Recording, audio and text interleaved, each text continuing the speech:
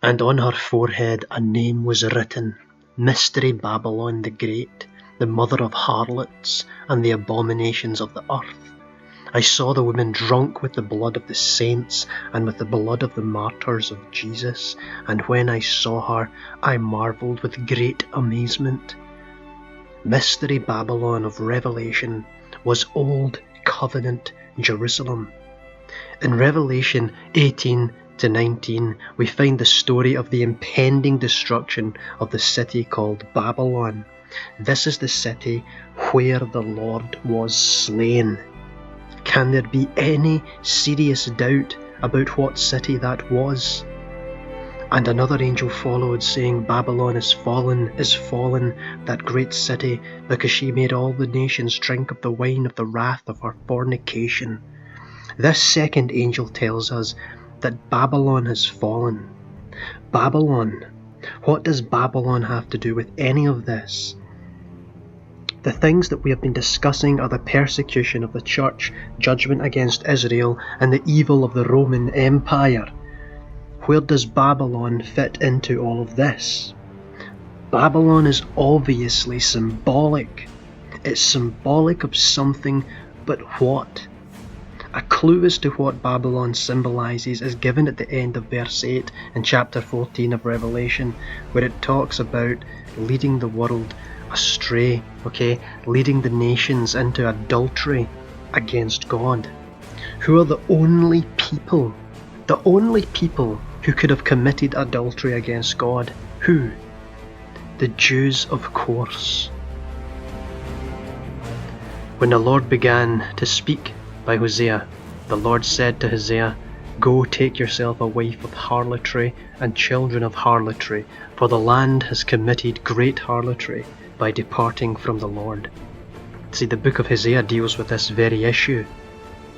Through their persecution of Jesus and the church, the leaders of Israel led the whole world astray.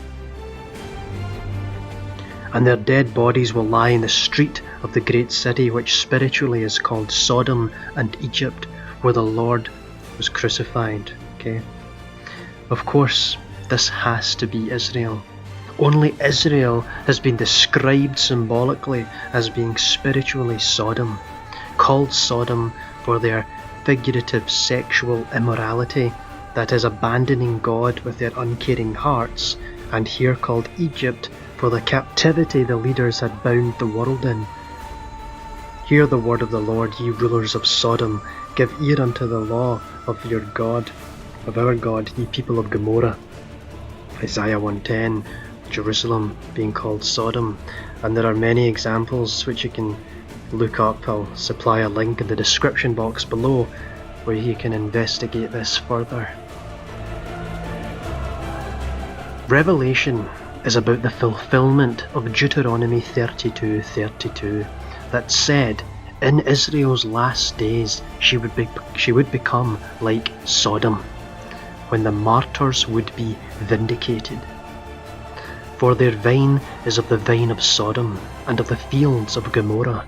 Their grapes are grapes of gall, their clusters are bitter.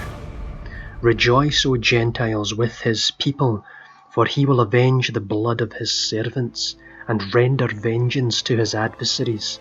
He will provide atonement for his land and his people. After these things, I heard a loud voice of a great multitude in heaven saying, Hallelujah! Salvation and glory and honour and power belong to the Lord our God. For true and righteous are his judgments, because he has judged the great harlot who corrupted the earth with her fornication, and he has avenged on her the blood of his servants shed by her. And now we come to the words of Jesus Christ, which make the point so very, very clear. Therefore, you are witnesses against yourselves that you are sons of those who murdered the prophets. Fill up then the measure of your father's guilt. Serpents, brood of vipers, how can you escape the condemnation of hell?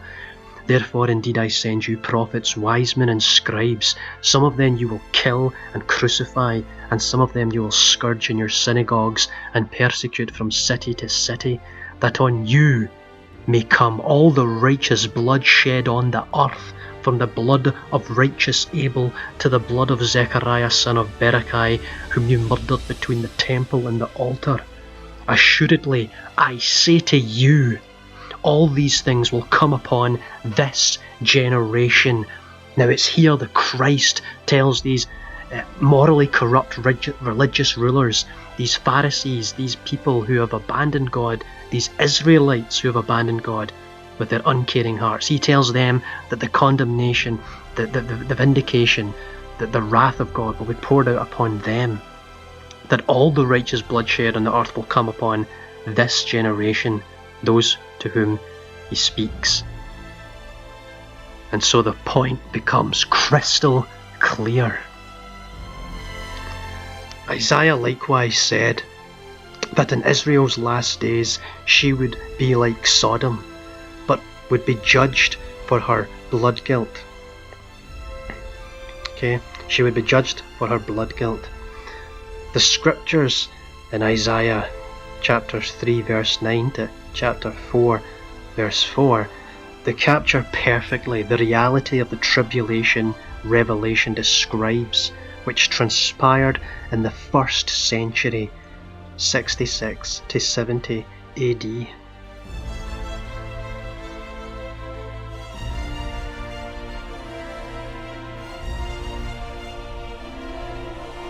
In that day the branch of the Lord shall be beautiful and glorious, and the fruit of the earth shall be excellent and appealing for those of Israel who have escaped.